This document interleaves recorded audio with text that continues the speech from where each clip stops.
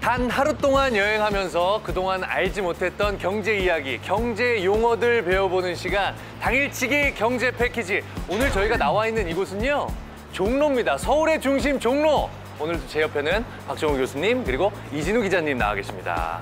반갑습니다. 반갑습니다. 아니, 오늘 저희들이 종로에 나왔어요.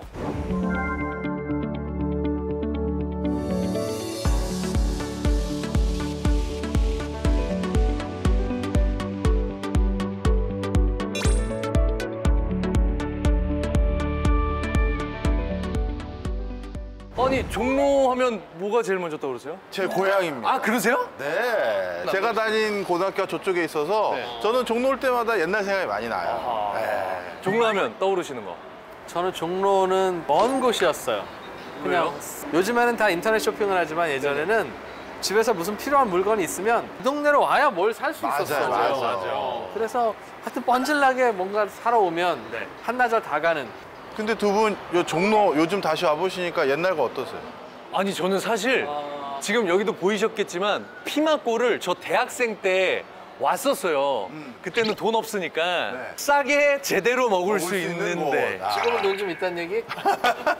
그러니까 그때 기억이 있는데 지금 와서 잠깐 보니까 그때 그 느낌이 전혀 아닌 것 같아요. 맞아요. 현대적으로 바뀌었어요. 그러나 예전에 400년 전, 500년 전에 종로는 이렇게 큰 길가가 하나 있었고요. 네. 그 뒤에 뒷골목이 이런 식으로 나 있었어요. 큰 길가와 나란하게.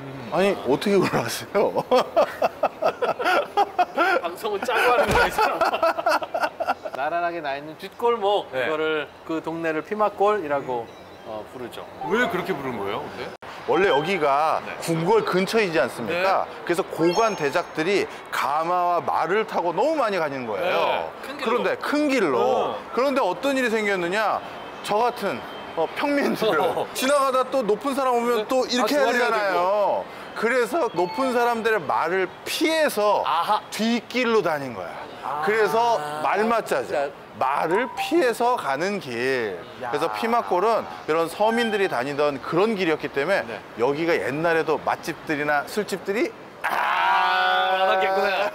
오랜만에 저도 와보는데요. 이 피마골 구경도 좀 하고요. 종로 안에 숨어져 있는 경제 이야기도 나눠보도록 하겠습니다. 그럼 지금부터 한번 가보시죠.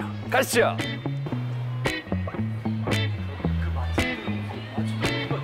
없어졌대요. 옛날 그 우리 선조들이 대 봐서 그런 기분으로 저는 지금 약간 몰입해서 걸어보고 있는데 약간 안전해. 왠지 막 그런 높으신 분들 눈도 피할 수 있고 내가 되게 보호받고 있는 그런 길인 느낌이 들어요. 여기가 약간 어떻게 보면 하이패스잖아요.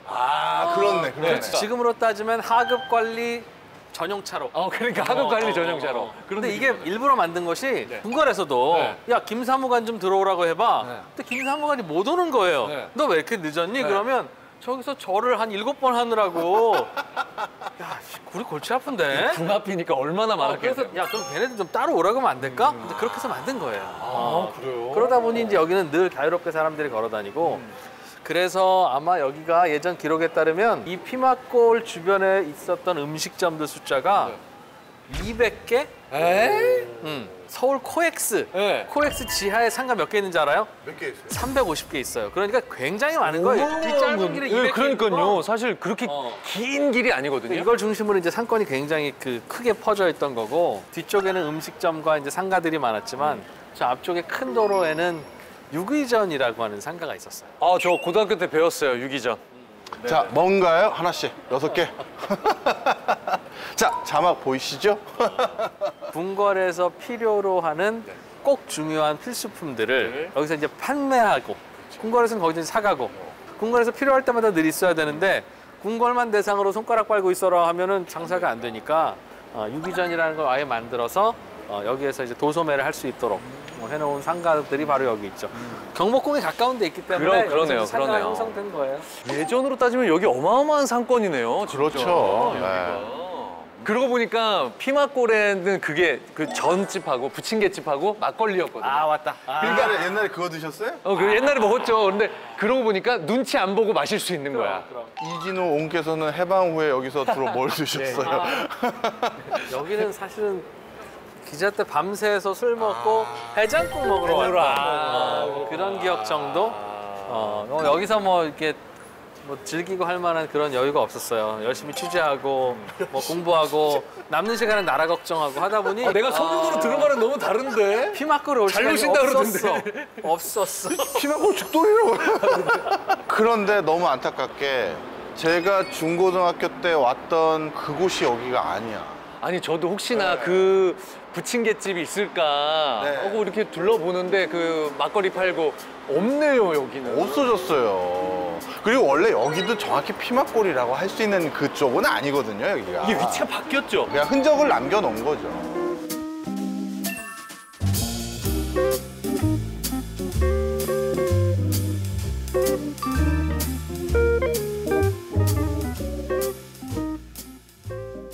그래서 참 아쉽네요, 전.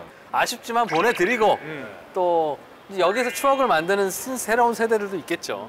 자, 그런데 네. 오늘 사실 이 피막골부터 저희가 시작한 이유가 있습니다. 뭐예요? 바로 오늘의 주제는 이 피막골을 우리가 계속 보존했던 게 더 좋았을까? 아니면 이렇게 약간 개발한 게 더 좋았을까? 오늘 그 화두를 가지고 피막골, 공평동 쭉쭉 가보려고 합니다.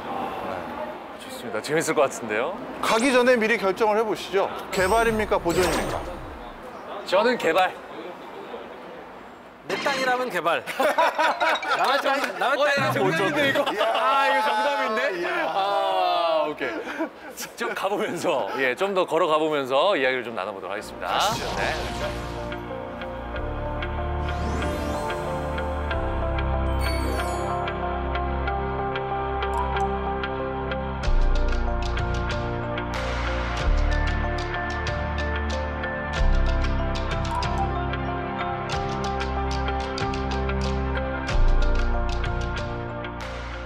저희들이 지금 방금 피막골 지나왔는데 다들 어떠셨어요, 소감이? 저는 옛날 생각도 나던데요. 왜냐하면 저는 고향이 종로입니다. 아, 그러십니까? 네, 그러다 보니까 옛날에 피막골 친구들하고 거기 뭐 주전부리했던 그런 것들 생각이 났는데 좀 없어져가지고 조금 아쉬웠어요. 완전 서울 토박이세요. 정말. 피막골에서 직접 놀았구나. 어떠셨어요?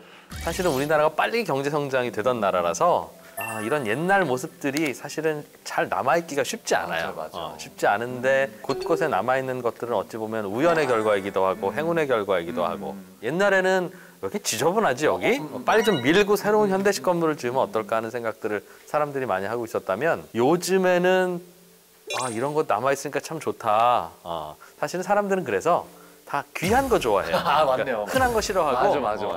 아니 저도 정말 개발도 중요하고 발전도 중요하고 새 것들도 굉장히 중요하지만 앞으로는 좀 보존에 신경을 많이 써야 될 것 같아요. 방점을 보존했다.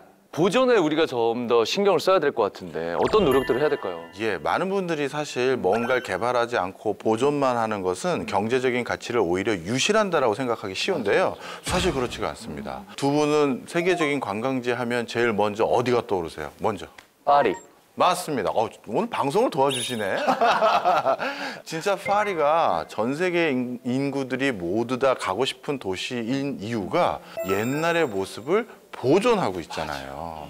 그래서 사실 보존에도요, 그 보존의 체계적인 전략과 그리고 많은 사람들의 합일된 어떤 방식이 있다라면 그 시너지가 굉장히 커집니다. 그래서 지금도 파리 시내에는요, 어떻게 보면 우리가 지금 와 있는 종로 같은 곳이겠죠? 그곳에서 새로운 건물을 올린다든가 아니면 신축을 하려고 했었을 때 그때 자기 혼자 튀고 싶게끔 뭐 현대적으로 한다든가 그게 실질적으로 그렇게 되지가 않아요. 마음대로 할 수가 없군요. 파리에 있는 많은 구시가지의 건물 높이 보면 어때요? 맞아요. 낮고 또 똑같죠. 그래서 쫙 보면 되게 멋있어요. 그래서 나는 이 건물의 내가 주인이니까 내 마음대로 해야지. 그렇게 되면 어떻게 되느냐? 통일감이나 이런 게 사라지기 때문에 미학적으로 이렇게 멋스럽다고 하지가 않겠죠. 그래서 보존이라는 것은요, 나 한 사람의 노력으로 됐었을 때의 성과보다도 모든 사람들이 합일됐었을 때 굉장히 효과적인 성과를 낼 수 있다. 그래서 프랑스 파리 같은 경우는 연간 프랑스 국민이 6,500만 명인데요. 프랑스에 관광으로 매년 오는 사람 몇 명일 것 같습니까? 이렇게 물어보시는 건 어마어마하게 많다는 거야. 그러면은 인구 정도는 올 것 같아. 6천만? 네. 그거보다 많습니다. 얼마요? 8천만이 넘어요. 와, 인구보다 더 와요? 그래서 우리가 뭔가 무조건 개발하는 게 아니라 이걸 똑같이 균형감 있고 이렇게 정갈하게 지킨다는 것도 이처럼 엄청난 경제적 파급 효과를 유발할 수 있다. 아니 보존만 잘해도 짭짤하게 돈이 되겠네요, 정말. 그 보존이라는 게 사실은 비용이기도 해요. 왜냐하면 우리 피막골 갔다 왔지만 네. 전부 다 낮잖아요. 맞아요. 거기를 부수고 올렸으면 훨씬 더 많은 상가, 훨씬 더 많은 거주지를 만들 수 있다고요. 그거 못 만들었기 때문에 거기서 장사하려는 분들이나 거기서 거주하려는 분들이 외곽으로 나가야 되잖아요. 사람들 별로 없는 곳으로. 그 비용을 치르고 있는 것인데 우리는 항상 그러니까 저울질이죠. 그 비용을 치르고 우리가 얻는 게 뭐지 생각하면 이 피막골의 옛 모습을 보기 위해서 사람들이 이쪽으로 몰려오고 그렇게 되면 사람들의 이동과 혹은 사람들의 소비가 이루어지니까 항상 이 저울질을 해야 되는 거예요. 아니 그 외국에서 오는 관광객도 그렇지만 요즘 젊은 층은요. 그렇게 오래된 건물들이나 오래된 느낌이 나는 곳을 찾아서 가요. 뉴트로라고 해서 뭐 익선동이나 을지로를 뭐라고 하는 줄 아세요? 힙지로. 힙지로. 진짜로. 네, 그렇게 불러서 참 이상하지? 그게 이제 50년 전 이런 거를 좋아한다는 건데 저도 50년 됐거든요, 태어난 지. 근데 왜 나한테는 힙하다고 안 하고 난 왜 안 좋아해? 왜 나한테는 아저씨라고 하고 왜 을지로는 힙지로라고 하는 거야? 여기 뉴트로 셋 있는데 우리 어린 친구들 우리 셋 좋아해줘 좀. 아저씨야 안녕? 여기 진짜 뉴트로 있어. 살아있는 뉴트로야. 50년 됐어 아저씨. 그래 여기 살아있는 익선동이야. 그래, 옛날 거 되게 좋아하죠. 아니 스타일도 사실 이런 스타일이 이게 옛날에도 우리가 이렇게 입었었거든요. 크게 입고 그리고 저도 벨트 같은 거 이거 기억나? 알죠. 이거 기억나세요? 요새 이렇게 하고 이거 다시 요새 이거라니까요. 빼고 다니는 거. 왜 빼고 다녀? 옛날에 이거 90년대 이거 유행했었어요. 저분은 진짜 레트로라서 몰라 이걸. You must come back home. 요거 옛날에 몰랐어 서태지. 근데 다시 이런 거 패션 하나도 그러니까요. 다 유행입니다. 네.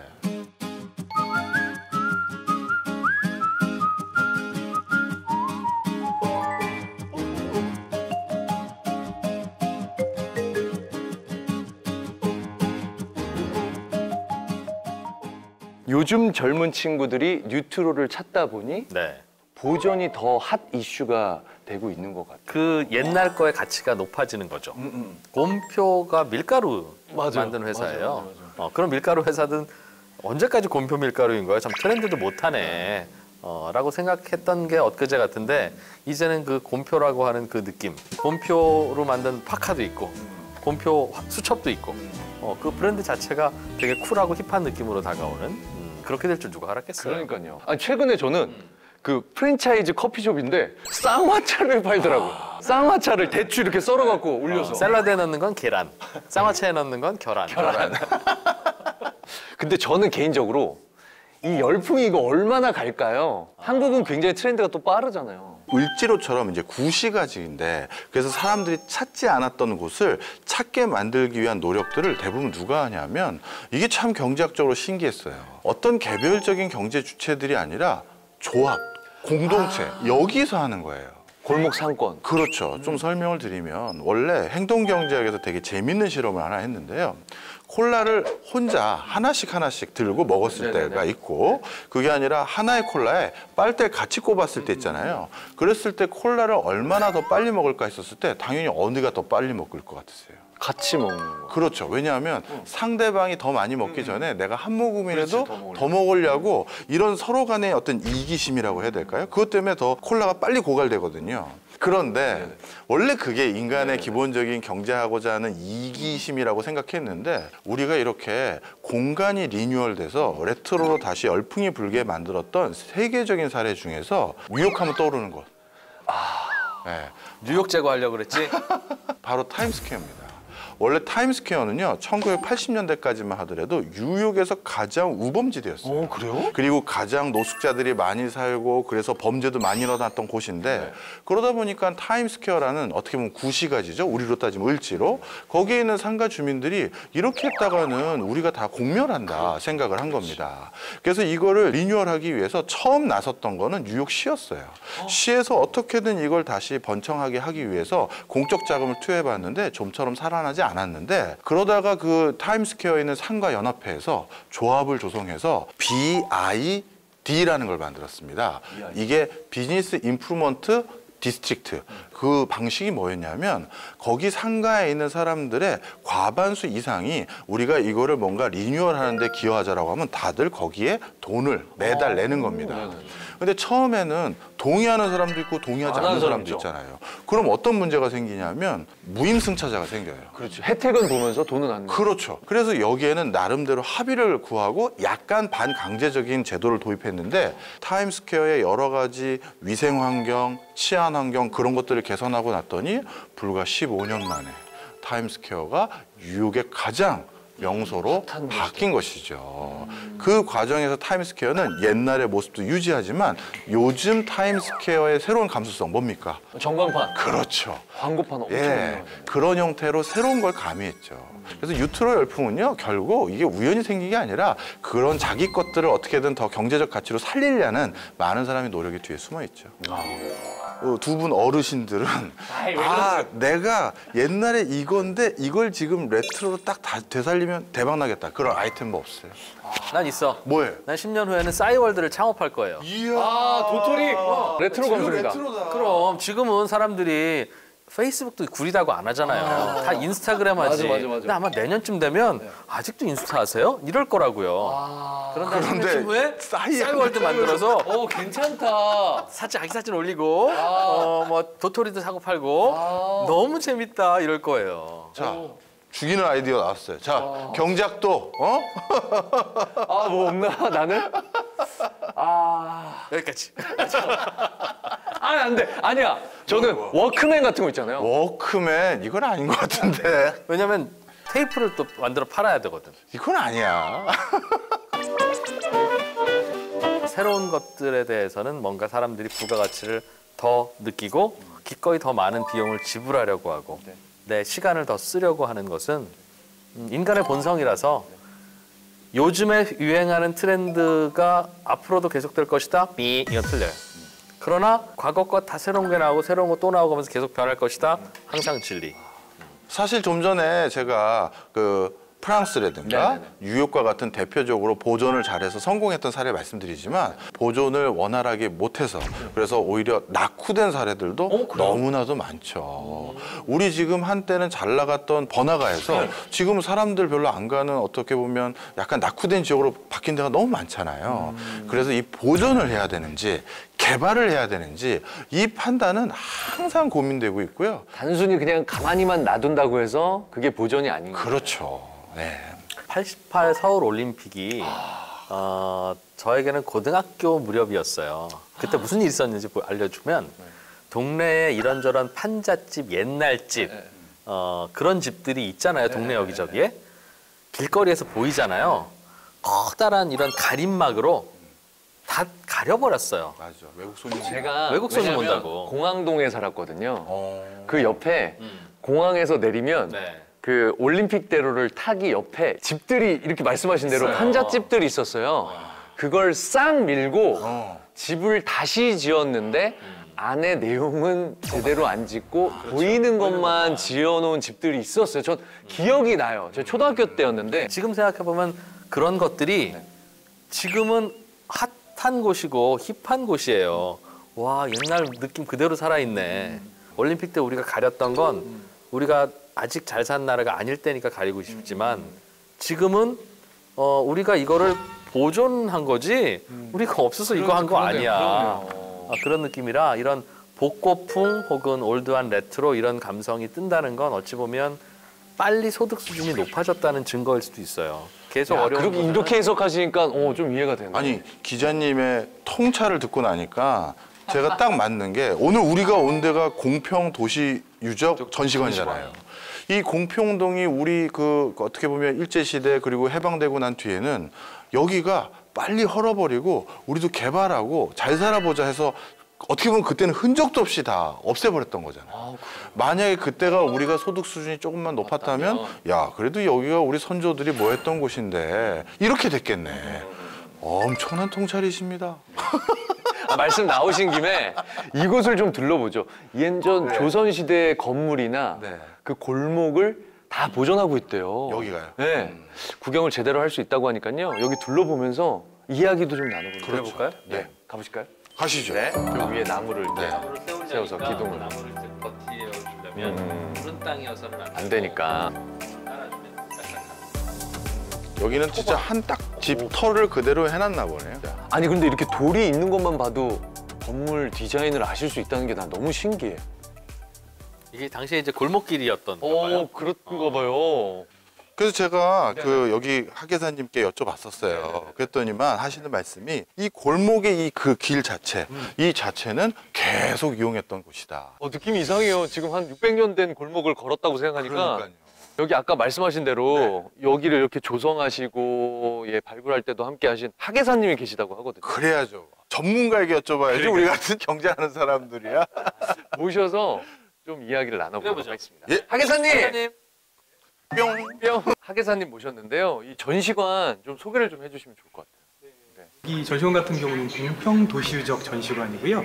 여기 16세기부터 17세기까지의 건물지와 그리고 골목길을 원위치에 그대로 보존해 놓은 도시유적 전시관이라고 볼 수가 있겠고요. 사실은 여기가 위치가 굉장히 큰 신축 건물 지하 1층이에요. 그래서 좀 궁금한 게 있어요. 아니 그럼 이게 지상에 없었고 이 유적들이 지하 1층에 있었나? 맞아요. 저희 계속 그거를 이거 감동을 어떻게 된 거지? 네. 예, 말씀드리면 원래 이 유적 자체는 총 6개 토층 중에서 4번째 토층에서 발견된 건물지하고 골목길을 여기다가 그대로 옮겨 놓은 거고요. 네. 저희가 경제 패키지다 보니까 경제 이야기를 안 할 수가 없습니다. 유물 앞에서 그런 얘기하기는 좀 그런데. 아니 사실 이 지하 공간에다 다 상가로 채웠으면 더 그렇지 맞았다고.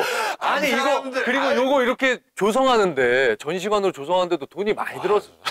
이 사람들. 요거 돈 많이 들었을 텐데. 사실 여기 공간 같은 경우는 네. 개발과 그리고 보존이 같이 상생하는 공간이라고 볼 수 있겠거든요. 이름 자체도 공평입니다. 그렇죠, 그렇죠. 예, 시행자, 사업주 자체에서도 많은 돈을 들여서 이 전시관을 조성하고 저희 서울시에다가 기부 체납해서 준 거고 근데 서울시 측에서는 사업 시행자의 그 손실 보전분을 인정해 준 거고요. 그리고 사업 시행자 이익을 보전을 해주고 보존을 해주고. 그리고 저희는 체계적으로 문화유적이나 그런 것들 관리하는 원칙을 지켜나갈 수 있는 서로 윈윈할 수 있는 서로 상생했네요. 그러네. 진짜 개발과 보존이 공존했네. 예 맞습니다. 와. 미니어처. 모형이 이렇게 또 와. 세상에. 이야. 이게 뭐야? 너무 예쁜데요, 이거? 역시 부동산은 아름답지 않습니까?